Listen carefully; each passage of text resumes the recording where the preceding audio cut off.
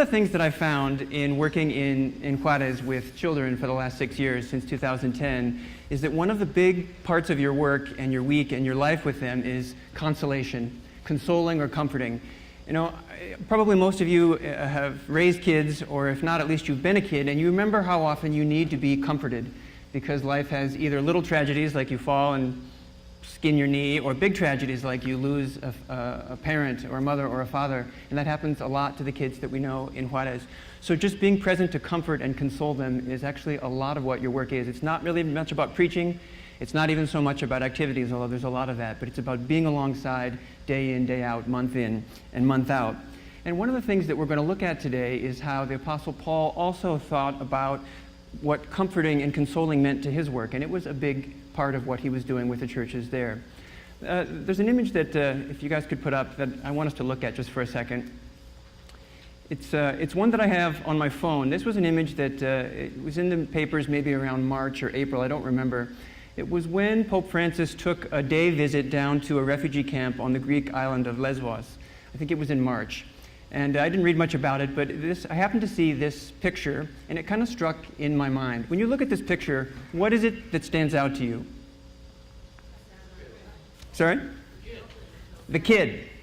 Someone said the kid, or the sadness on the face. You look and you might think like, oh, the Pope, celebrity, bright white robe, you know, maybe big rings or whatever. No, it's the kid's eyes that are right in the middle of that picture that struck out to me. And I had to go back a couple of days later and try and find the article, and it wasn't up anymore. The website had changed. And it took a while of Googling to find this picture, because this is the one I wanted. There are hundreds of pictures of that visit, but this is the one, when you look in that little kid's face, she might be, what, 6 or 7? And if you know the stories of, you know, Syrian refugees, the war has been going on there so long that schools have been closed for 5 years. So this kid's probably never been to school. Probably got bombed out of her house, probably had to travel by land and then cross the Mediterranean and maybe almost drown, and now they're here on this island and they have no idea what's going to happen to them. Are they going to be let in or sent back, or what will happen?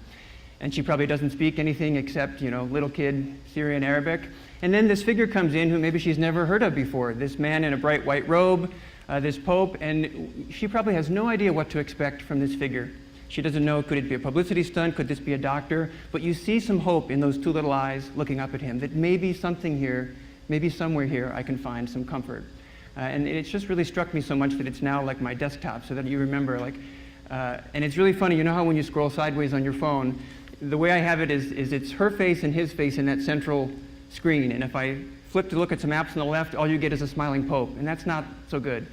Nothing against the Pope, but it's just all happiness. And if you flip it to the right, all you get is the sadness of the kid looking off into space. And you think, wow, that's not so good either.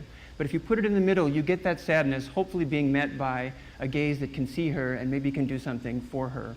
And that gets at what Paul is trying to do in the passage that we're about to look at today. And I hope that that can stay in our minds as well, how God consoles us so that we can then in turn console others. So the passage we're going to look at today is in the book of 2 Corinthians. The text should be right there in your luminosos, and it's also in a little insert, just the first 11 verses of 2 Corinthians. If there's an image of a map of Corinth too, maybe we'll look at that for just a second. On the Sundays when I'm not here in Juarez and in El Paso, I work part-time at a little church up in Iowa. And if you're like me, you'd never heard of Iowa and you don't know where it is until you had to go live there.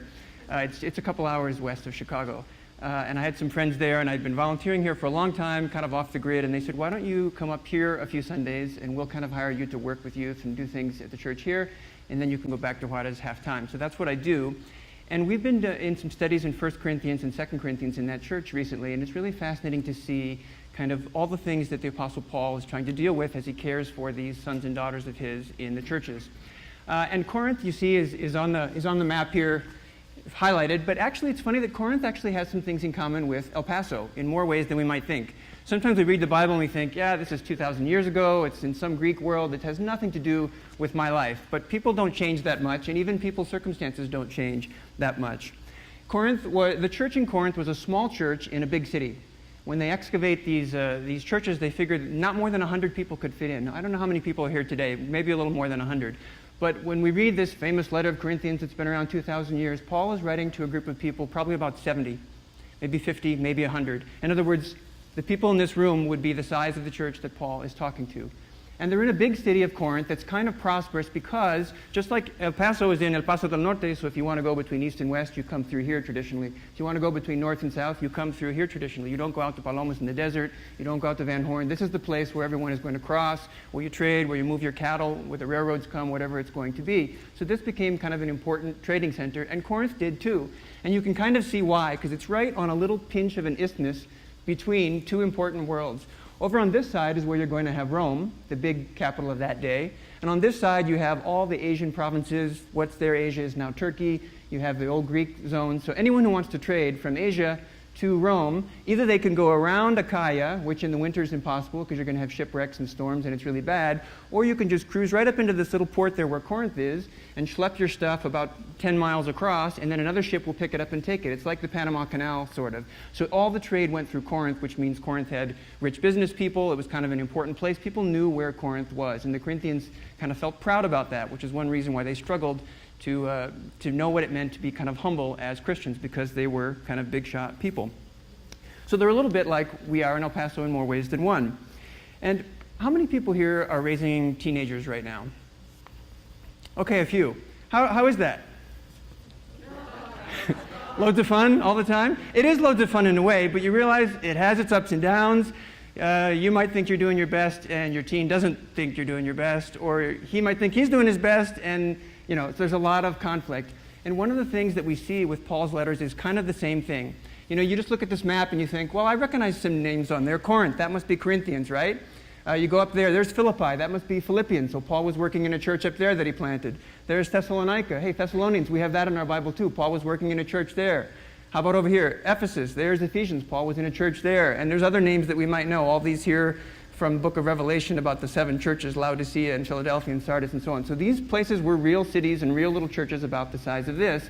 And you get a feel, especially if you have 2 or 3 or 4 teenagers in your house, about how Paul's relationship with the churches was. Because on the one hand, he helped plant the church in Corinth, in Thessalonica, and Philippi, and Ephesus, but then he has to go kind of take care of the needs of the other teen, and the other, and the other. And meanwhile, things maybe comes home, and there's kind of a mess, and they've had a party, and he smells a little bit of beer on the carpet, and he knows something's been going on while he was away. And so that's kind of the situation that Paul is facing as he deals with these churches. And the church in Corinth was maybe the problem child of all of the churches that Paul helped to plant. We have how many letters in our New Testament to Corinth? 2, right? 1 Corinthians and 2 Corinthians. But it looks like Paul actually wrote 4 letters because he talks in 1st and 2nd about other letters that we don't have. So he started there. He was there for a year and a half, in probably about the year 50, so only 17 years after Jesus' death, Paul has been converted. He plants this church in the city of Corinth. He stays there for a year and a half. It's going okay. But then he has to move on to Ephesus, to Macedonia, and other places. And right away, they start sending him letters. Paul, what did you mean about this? Can we do this or can't we do this? So he sends them a letter. And then they send him another letter. Well, we didn't like your answers the first time, so we want to know more. And if you can guess that the same 2 things that the Corinthians struggled with were the same 2 topics that we're not supposed to talk about at dinner parties here, right? Politics, well, actually politics and religion. Politics and sex. Don't worry, we're not going to talk about sex today. But those are the things that 1 Corinthians is full of because the Corinthian church was struggling with. If we're going to be Christians, what do we do with this? They had factions everywhere. Some wanted Paul as their leader. Some wanted Peter as their leader. Some wanted Apollos as their leader. And they were tearing each other apart over, we're this party. No, we're this party. And they couldn't be unified as a church. So that political temptation has always been with us. And they also had a problem with what do we do with our bodies? This is an old port town, a trading town, so there'd been a long tradition of kind of loose relationships, open relationships, prostitution. And if you look at 1 Corinthians, they're writing Paul to tell him, hey, we've always done this. Can we still do it now that we're Christians? And Paul has to talk with them about, well, if not, why not? Because if he just says to them no, it won't be good enough. Just like if you tell your teenager no, it's probably not good enough. If you explain to your teenager why this is going to hurt you, then maybe it'll have more of an impact and a change on his or her life. So Paul is struggling through 1 Corinthians, 2 Corinthians, then another letter, then another visit that doesn't go so well, and now he's writing this 4th letter of 2 Corinthians in which things are still very tense. Hopefully, I don't wish any of you in your relations with your teenagers this kind of tension that Paul had, but he's left kind of under a cloud. They sent him away kind of shamefully on his last visit. They weren't listening to him, and he's now gone on up into Macedonia and Asia, and he's really worried about his teenage child here in Corinth. He really wants them to make it, and he wants them to be all right, and he's worried. And we'll see this week how he begins to write them, especially if you read the whole book of 2 Corinthians. He's struggling. He's angry at them in a way because they make his life miserable, but he loves them to death. Just like if you have your teenager, you have those moments. And if you are a teenager, you know that your parents give you those moments too. But he doesn't give up on them. All right, so that's just a bit of background to let us know that these letters weren't just like Bill said, could you write someone that you don't even know? Could you care about someone you don't even know? And the 4th and 5th graders know, not really. Well, fortunately, Paul and the Corinthians know each other well. In fact, too well, maybe, at this point. And that's where we're going to begin with these verses from 2 Corinthians. So let's look at those first two. And this is also in your Luminoso if you want. The main body here we're going to read is verses 3 to 11, but it's just worth noting two things here from this opening. You read Paul's letters and he always starts the same way. Paul, and then who he is and who he's writing to. So he says here, Paul, an apostle of Christ Jesus, by the will of God, and Timothy, our brother, to the church of God that is at Corinth, with all the saints who are in the whole of Achaia. Grace to you and peace from God our Father and the Lord Jesus Christ. And maybe there's two things that we can just notice here that Paul doesn't always do in his letters. The last time he was there in Corinth, he was coming under attack because other apostles or leaders who show up, kind of guest preachers, are much slicker than Paul. They have much more charm. They have a better voice. They're stronger looking. And Paul, we tend to hear in all of his letters, seemed to be weak. He must have looked kind of ugly. He was probably short. If you look at the icons, he was probably bald. He appeared to have bad vision. So he might not have been like the obvious candidate to lead a new movement. And so when someone slicker came in, it was easy, just like today, to give a nickname. So Paul would have probably been called Low Energy Paul. And he's not there to defend himself, and someone slicker gets up and says, this isn't the guy you want, I'm the one you want. And so Paul right away has to say, Paul, an apostle of Christ Jesus, by the will of God. He's kind of saying, I didn't run for this office. This isn't my ambition trying to wow you with my charm. But God has called me when Jesus appeared to him on that Damascus road and sent him into this mission to preach to the Gentiles and to be his witness to the Gentiles. So that's what he's doing. He says, I'm here because by the will of God I've been given this call, not because of my ambition. It's important that he knows who he is and that we know who we are. And the second thing is that look what he calls them there. He calls them the church of God that is at Corinth. He doesn't disown them. He doesn't unchurch them. And he doesn't leave them alone either. Just like when you have that nasty argument with your teenager, you're probably, even though it might be tempting in theory, you don't want to say, like, get out of my house. I disown you. I mother you, and you can go live in the street from now on. No matter how furious that teen makes you, you love them. And so you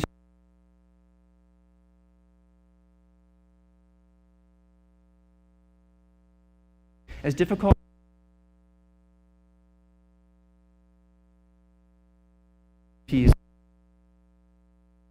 but he often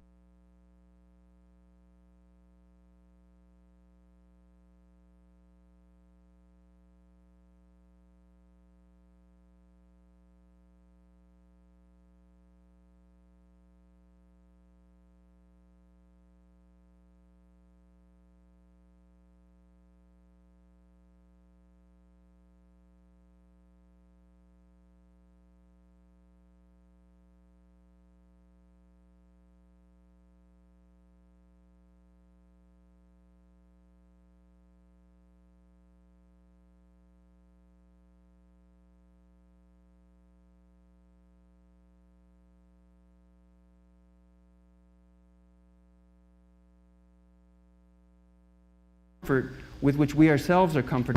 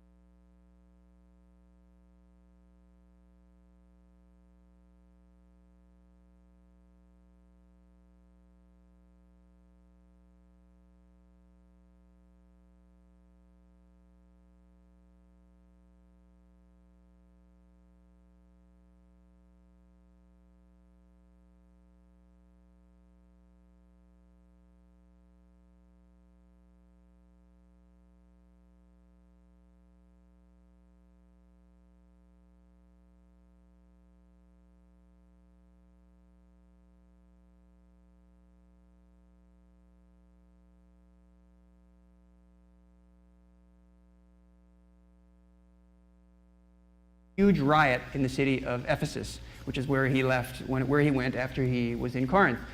And he was in Ephesus, he was working in a church, and there was a big industry there of idols, where they would be fortune tellers, and they would have these goddesses and idols. And one day Paul said, why are you wasting your time, people, worshiping these statues? They're not real gods. And the idol makers, the statue makers, became furious because he was going to put them out of business. So there was a huge riot and an upheaval, and Paul was sent away. But apparently he was almost beaten to death in that incident. It was very serious. And I don't know if you've ever been punched in the face or gotten a beating, but it does get your attention. Fortunately, I haven't. I know someone, though, who it was quite bad, and he's got lifelong brain injuries from having been attacked and beaten in the head. So it could be that outside threat is what has gotten Paul's attention, and yet he's been saved, and he's not dead. He's still alive and able to work with these teenage children that he loves, these churches. Or it could have been an illness. We get hints all through Paul's letters that, again, he's not strong, he's not slick. He might have some kind of a speech impediment. He talks about having a thorn in his side that he asked God to take away, and God won't take it away.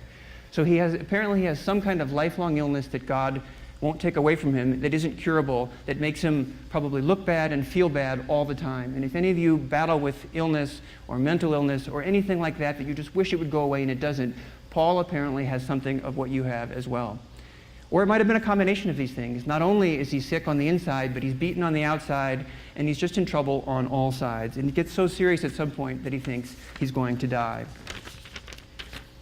But yet he says he's been spared. And if you look at the text there that you've got in front of you, over and over again, he seems to talk about the comfort and the mercy and the salvation that he's received, and not the horror of whatever it is that he's experienced. And I wonder if that's how we normally react. If we think of the things that have hurt us the most, it might just leave a bitter, open wound. And it's natural that it's going to leave a deep wound. But it's interesting that Paul doesn't dwell seemingly on what this thing is that's horrified him so much, but he's overcome that God has somehow miraculously comforted him and saved him in the middle of these trials. So I think there are just 4 things maybe that we can take from these verses in 3 to 11. The first one is that suffering is not denied in what Paul has just said, which I think should be a big relief to us. Have you ever felt that, well, now that I'm a Christian, I have to be happy all the time, I have to smile, I have to have good posture. If anything's wrong with my life, it's a shame, it's an embarrassment. If I'm sick, if I get fired, if my marriage ends, whatever it is, we think, I can't tell anyone about that, I can't talk about that. My life is supposed to be blessed and perfect now and smooth sailing all the way. Well, Paul's life, as we can say is also true of Jesus' life, was not smooth sailing all the way. He had troubles and opposition all the way, and suffering is not denied in what Paul just says. And in fact, if you look through those little verses there and say verses 3 to 7, it's interesting that Paul mentions trouble or affliction 3 times and suffering 4 times. So 7 times in there he mentions, I'm in trouble, I'm afflicted, I'm in pain. But yet 10 times he mentions that he's been comforted by God. So suffering is not denied. The New Testament doesn't tell us it's going to be a shutout. You're going to win this game 10-0. You're going to pitch the perfect game. It seems to say, no, it's going to be a close game, but you're going to win 10-7. You're going to have to give up 7 runs that are going to be painful to watch them cross the plate. But God in the bottom of the inning is going to come through, and you're going to win 10-7 with God's help. So we're not promised the shutout, and we shouldn't be surprised when we see that we're having to give up runs in our own situations. I think that should be encouraging to us because we all know that we have given them up, and we're going to continue to do so. But God's comfort can be greater. That's the first. Suffering is not denied.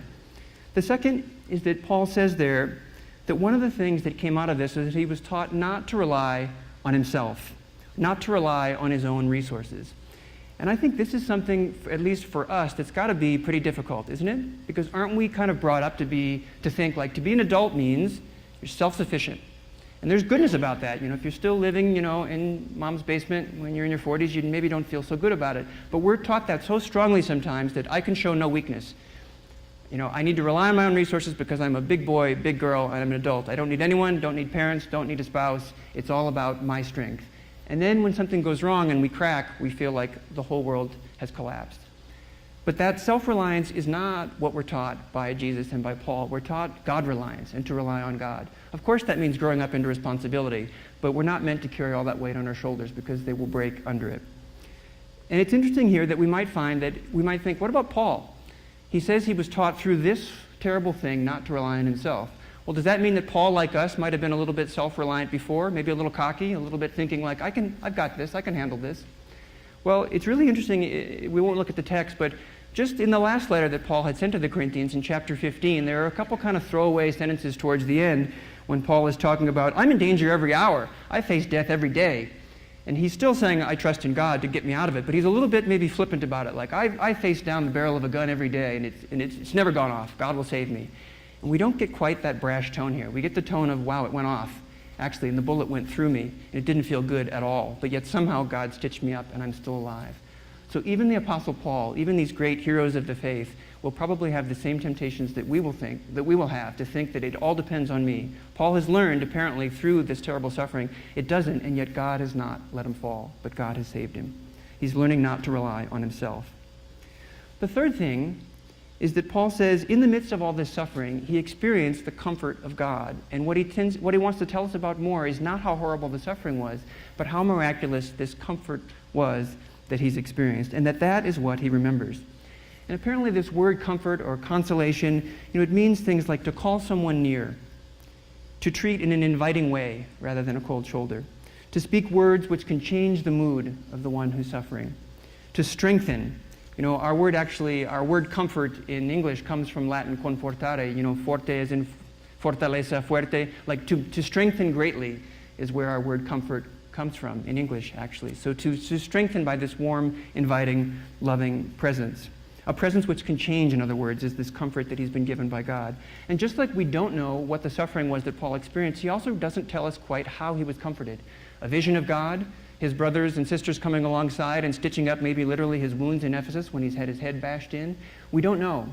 Probably something of both, but he has been overwhelmed by the comfort that he's brought. And as we all know, if you think about your own life, suffering brings great stress, doesn't it? If you think about maybe some of the more difficult things you've gone through, say in the last 10 years, the death of a loved one, or the end of a marriage, or a great sickness, your stress levels go through the roof, and rightly so, because we're human and we're meant to feel those things. But is all that we remember through that hardship, maybe the one that just came to your mind, is all that we remember the bitterness of the stress? Or were we somehow, hopefully miraculously, comforted and consoled, so that in the end of it we see that through our suffering we actually realized how much love there was around us, how much love appeared around us with God's children, our brothers and sisters here coming around us to help. That's what Paul remembers, and I wonder if that's what we remember. I was really struck by this a few years ago. I was living up north before coming to Juarez. I was in Wisconsin for a few years, in Madison, in school for a couple of years. And the church I was at was about this size, and we had, I think, 3 or 4 elders. And in the same year, 2 of them, their families had been in this church for maybe 25 years, just great people, much loved people. Both of those elders were struck with rare forms of cancer that were incurable. I think one was in the liver and one was in the brain. And by the time they found that it was already, stage 4, and over the course of the next year, we watched both of them die slowly and painfully. As you know, incurable cancer is an awful thing to watch. They wasted away down to nothing. And you'd see them week after week, and now they're both gone, and their widows are still, and they're young. They were both probably 55 at most. And we watched this as a church and had to kind of try and comfort the family and each other and figure out what to do. And I was really struck by one of the wives was given grace maybe to open herself up even more to the comfort of those around her, and so was her husband. They still had 3 teenage kids. People came in to help with the kids. After the husband died, people made sure the kids were able to go on to school. And after a couple years of grieving, she actually is now working at InterVarsity up there in Wisconsin, working with single women, grad student women. And she, rather than that, what must have been an overwhelming temptation to be just sunk into grief and bitterness, she was able to open herself to grace and comfort, and is now able to be a comfort to others in ways that seem kind of amazing. And she's no Pollyanna, she's not smiling, she still feels the sadness, but love somehow in that 10-7 score overcame the sadness of her husband's loss. Another one who was always a much shyer woman, a much quieter woman, is still there. She still works as a secretary at the church, but seemed a little bit less able to open herself to comfort, probably because of her shyness. So she's still there, and it's really great to talk with her one-on-one, but you can see the suffering still weighing on her 6 years now later, more than it is on her friend. And it reminds us to continue to be there alongside to comfort and console. But the third person that I think of in the situation was, I talk about being a back pew guy. I was a back pew guy in that church too, even though I was an elder. We decided we'd be like geographical elders in that church. We had somebody who sat in the front, and maybe somebody over here, and I was like, well, I'll be responsible for all the people who come in late in the back, because that's what I do anyway. And one of my good friends, she was in grad school too, she'd been to seminary, And we would sit there in the back, and she was quite good friends with both of these women. And she became so angry about the unfairness of them losing their husbands in the painful way they did it, that she dropped out of the church, and she left her faith, and she married somebody who's not a Christian at all, and she's living up in Albuquerque now. She's still a friend of all of ours, but it was striking that even though she's more distanced from the two women who lost their husbands, she wasn't able to open herself to maybe seeing any kind of grace or consolation, and so she remains kind of a closed fist today. Now again, it's not over. She's still a good friend of us, but it really struck me that the way that those three either were or were not offered grace. And I really hope that we did. I really wish we could have done a better job offering grace to my back pew friend so that she might have seen the love that surrounded her friends and not just the loss that they were experiencing. So, suffering is not denied, Paul says. He's taught not to rely on himself. He experienced the comfort of God that even made him maybe forget the horrors that he'd experienced. And our fourth and last point, and we'll close with this, is that the Corinthians seem to have a role in it too. In other words, Paul's not just telling them like, oh, it was great, God saved me, and you guys were off. Meanwhile, you guys were off in the stands doing whatever you were doing, messing with your phones, and I was over there suffering. He says, no, you were vitally involved somehow in my being saved. And he says, you're also going to be vitally involved in my being saved again, and I'm going to need to be delivered again. What does he say there? He says two things. First, in verse 4, he says the Corinthians' role partly is that whenever we suffer any of these things, one thing that comes out of it is that we then are better able to comfort others, says Paul. Because I've suffered, now I feel more for you. And maybe whereas before he would have been tempted just to write them off like that teenager and said, you're not my sons and daughters anymore. Now he feels for them more and he's able to stick with them. So that suffering is kind of a nursery for compassion and hopefully not a nursery for bitterness. Paul says that's true for him and he wants it to be true for the Corinthians. And the second thing is, he says in verse 11, that he was delivered, what does he say? Through the prayers of many. Apparently that phrase in Greek means something like out of many faces. And the images of many faces turned up to God, kind of pleading on Paul's behalf, like, God, Father, save Paul, don't let him go down, don't let him go under. And Paul knows that all those faces are turned toward God and that has somehow been essential to his being saved, and he's going to need it again. In other words, the deliverance and the comfort weren't automatic. It's not like, well, I'm a child of God, so God will just swoop down and save me. But that deliverance is mediated through his brothers and sisters who he says he's going to need to save him again, just like we're going to need each other when we're in times of trial to be saved again. One of the things you find when you're working with kids is that they love to play these great question games where there's no way to win, right? Like they'll say, like, would you rather, I heard this not too long ago from some kids, they'll say, like, would you rather burn to death or drown? And you say, is there a third option? Nope, burn or drown. Got to choose. And you're like, I passed. They're like, nope, got to choose, burn or drown. You're like, oh, you can't choose because you don't want to burn or drown. Or would you rather have your arm cut off or your leg cut off? And you're like, neither. And they're like, nope, got to choose. And they relish these games, right, where there's no good answer. And in that same conversation, one of the older kids asked a question along those lines that was really kind of striking. She said, do you think the worst thing that you'll experience in your life is already behind you or still to come? Think about that. Do you think the worst thing that you are going to experience in your life, not fairy tale, is behind you already or still to come? And I just felt my heart sink when she asked that, because you think, I'm afraid it's probably still to come. I have no idea what it'll be. And probably for most of us, it's still to come. What do we do with that knowledge? That no matter what has come before us, that we've made it through, probably things equally as bad or worse are still to come. How do we think about that? And this passage, I think, is very important and helpful for us to get a hold of that. Because Paul says, look, I've been delivered before, and I'm going to be delivered again. He also realizes, like, I'm not out of the woods yet. I was probably beaten up in Ephesus, and I bet you I'll get beaten up again. And he was. I've been sick before, and I bet you it's going to relapse, and it's going to happen again. And it did. And we know how Paul met his end. He was executed by the Romans. But yet, that doesn't seem to freeze him into terror as seriously as he takes those things, and as seriously as we take the fact that we are going to suffer again. He says, I've been comforted and saved by God, probably through my brothers and sisters. This is why he says, you need to be praying for me, and you need to be alongside me. And we too can have that promise that when that worst thing, when those things that are still to come face us, that God will be present to comfort us. And chances are that it'll come through the people right here in this room, our brothers and our sisters in Christ, who will be alongside us to hold us and to keep us up.